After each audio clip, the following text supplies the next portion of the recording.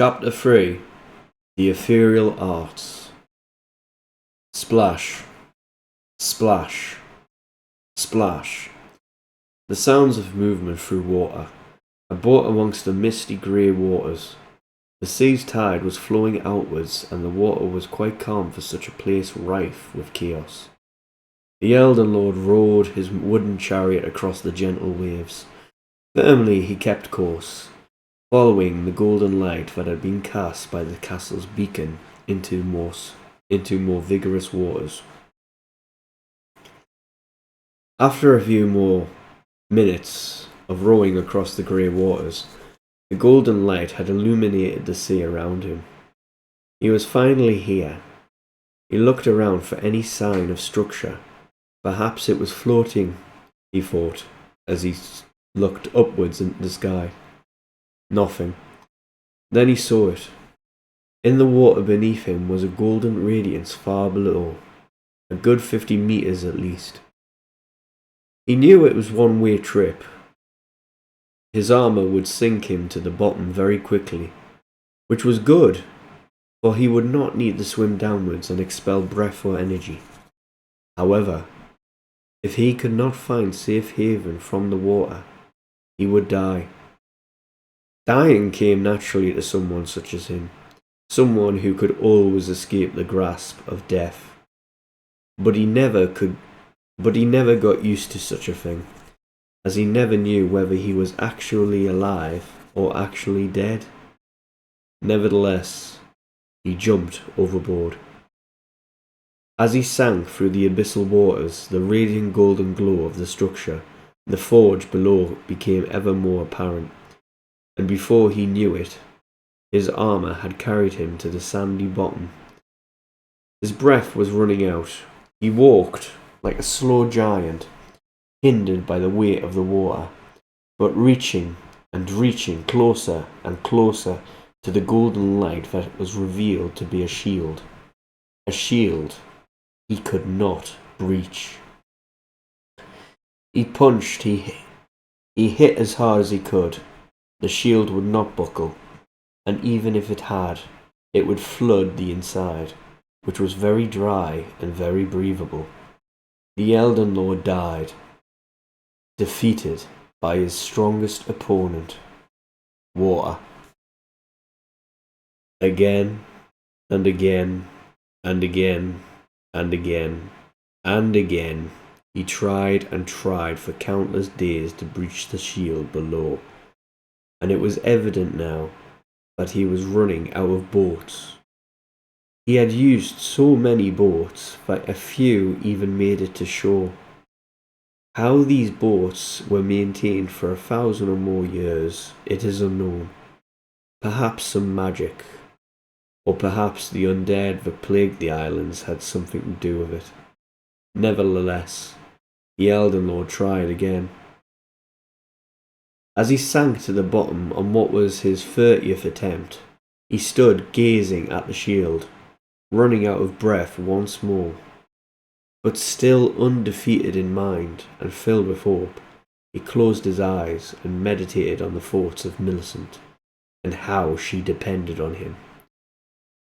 Memories of the echoes of laughter filled his mind.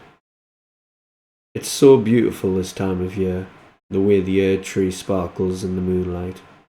What a sight such as this to grace thee on this springtime night, said a happy Millicent, whose thoughts were filled with beauty and wonder, and not on her affliction. The Elden Lord missed her kindred spirit.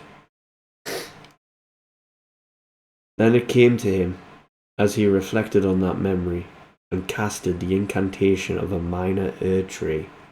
The respective shield of the tree merged with the larger shield, and suddenly the water around him poured into dry sands. He had breached the shield. He stood beneath a golden bubble of light, looking upwards into the sky that protected him from the waters above, which now started to glisten with the golden glow not of the shield or beacon, but the dawning sun itself. Before him stood a large structure, a cathedral of sorts, but different. This cathedral forge had chimneys designed to funnel the excess smoke out of the building, which was not necessary today, as the building was in a state of ruin and was missing a good half of its roof. The Elden Lord walked inside its impressive structure and saw a multi-floor assembly chamber that at the far end had numerous looking forges, but altered in some fashion of mechanical mastery, and the fuel that powered these forges came from below, as it was still hot with flame. The rest of the structure was dilapidated for its time, but the fact the shield had been maintained for this long was rather impressive. The cathedral itself was made from a white fortified stone of moonlight, beautiful to the eye, and proud enough to face against storm or axe. It could even glow in the moonlight, as it did in days past. A crane that held numerous large tools that were fit for giants was seen by the Elden Lord, and again as he had faced the fire giant, Radahn, and the Elden Beast in times past, he had again felt very small. He went towards the ethereal forges that stood only meters away from him. A dark energy was felt, but also that of light. A combination of both types of ethereal power was required to maintain balance when smithing great relics and weapons that only the gods themselves would wield. It was probably here where Erlengald had his mace built, truly power unmatched. Smithing Master Hugh would even be filled with envy. When the Elden Lord turned around, he saw before him what was erecting the shield that protected him from the deep waters above, a grand golden crystal that was powered by forces and energies unknown to him. Was this some type of artifact of archaic magic that is now long lost to history? Or was it built by the builders of his forge, who may also share similar histories? He graced the crystal with his hand, and felt a course of energy pulse within him. His health was increased by a quarter permanently, and so too was his mana.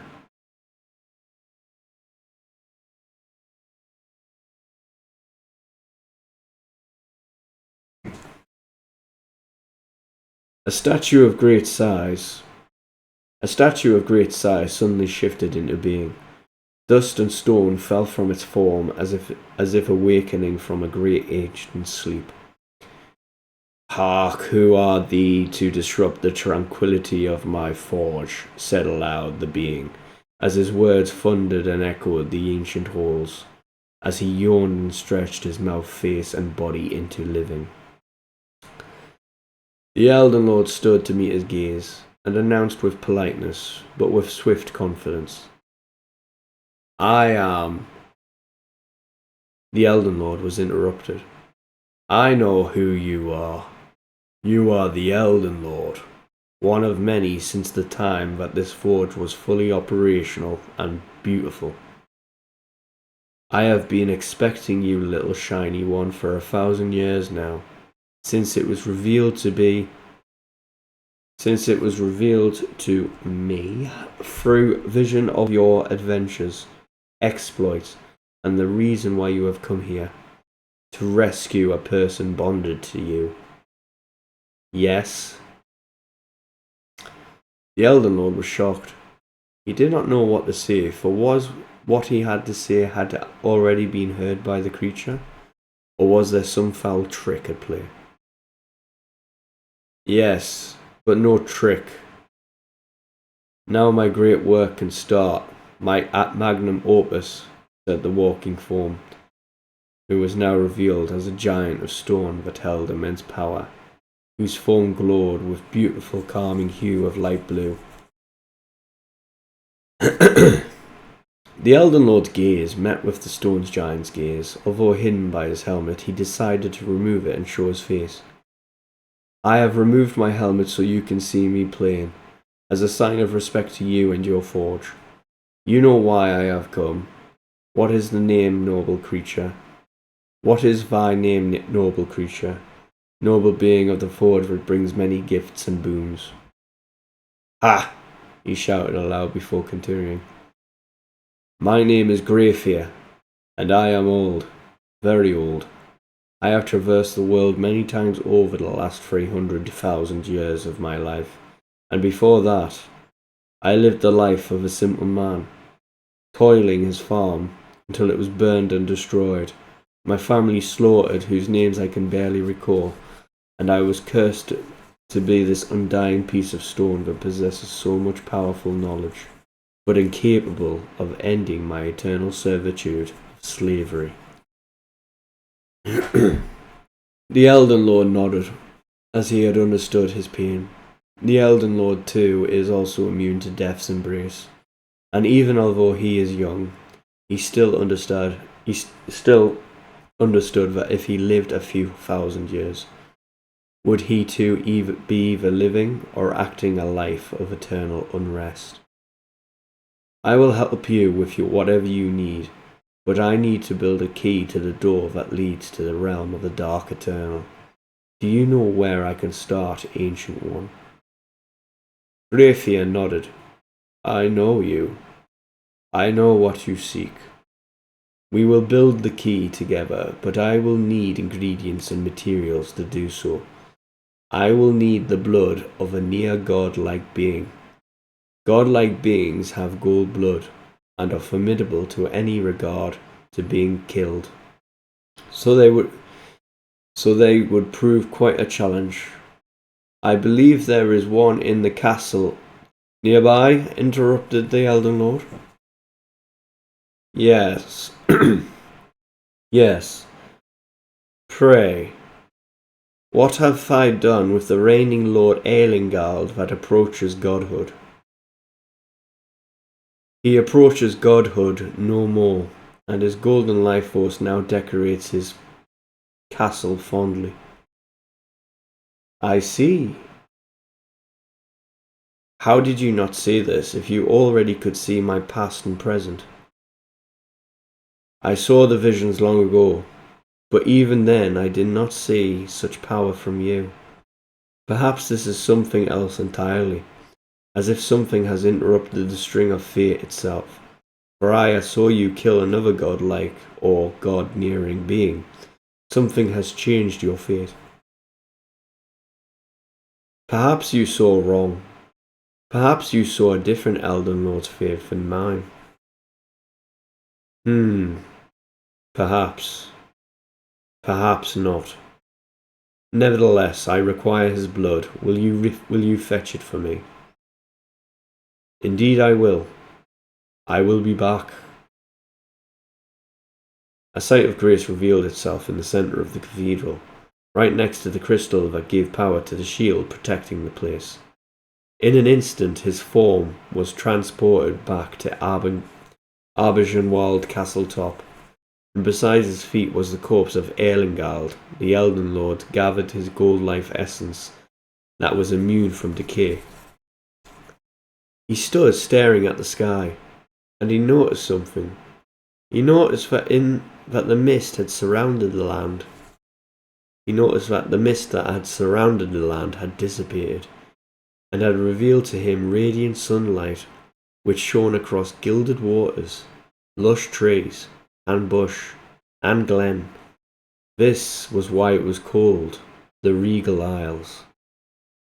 Within a minute, the Elden Lord was back at the Undersea Forge, and presented to Greyfear the blood of Eilingald, who was unmoved at the Elden Lord's power to transport himself across vast distances at ease, as if he had already seen such power before in visions.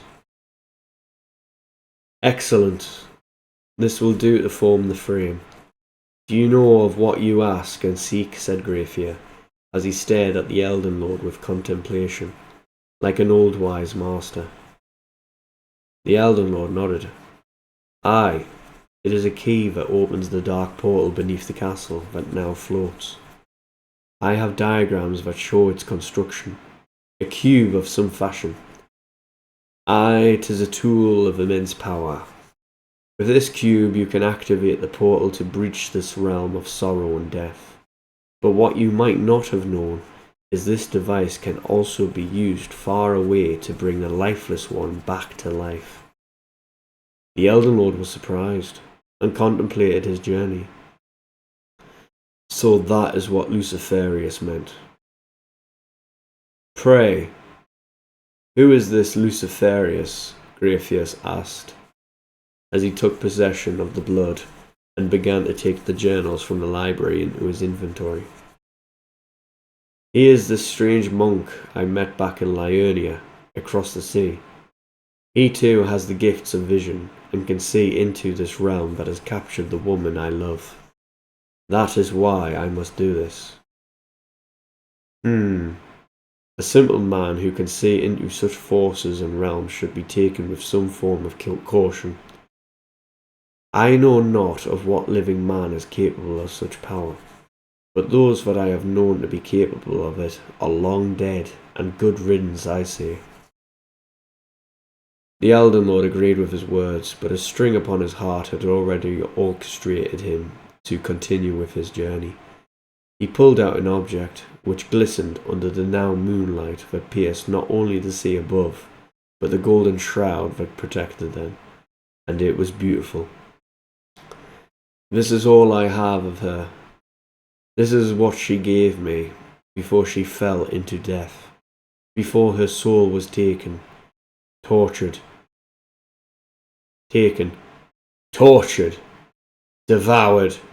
and defiled by demonic beings beyond my sword and spear's reach. But I will find her, and I will slay every one of them, he roared proudly with rage. Oh, that is beautiful. Not just your passion for the one you hold dear on this immortal realm, but the object you hold is an unalloyed golden needle. And if you know how powerful needle artifacts can be, you would know unalloyed ones can be defined by master builders. Like me. The Elden Lord steadied himself, calmed himself, and contemplated his words clearly. What do you mean, sir? What vow can be done with this simple needle, other than pierce my heart, which it already has done so? Raphia smiled, nodding to his words. I can make this needle do what you never thought possible. This worthless needle can be made to transport a soul of the dead and ferry their mind out from the dark abyss from which their body cannot escape and into the realm of the living. But I must have your permission to take it and transmute it into a powerful artifact that can transport your beloved back into your arms. For I too once had loved. The Elden Lord sighed and finally relieved himself of the needle, giving it to Graphia, who kindly studied every angle of its form and assessed its potential power. Graphia began to look into the journals that was received from the library. I thank you for your trust, but there are more items required to create the cube of resurrection, which is a key and a device that could bring life to your beloved once her soul has been transferred to the needle and taken out from the realm of the Dark Eternal. I require two more things: the tears of a virgin queen and a soul of a demon entity. The tears will be used to power the artifact, and the soul will be used to give the artifact consciousness, which if left unruled can become itself unruly. The Elden Lord bowed before Graphia and made way to the site of grace, teleporting himself to outside of the castle gate, and began his travel onto the main island to fetch the tears of a virgin queen, the next ingredient in the creation of the artifact that he could use to rescue the entrapped Millicent. While in another realm, however, While in another realm, however, a darkness festers inside a sunken cathedral. Please let me die.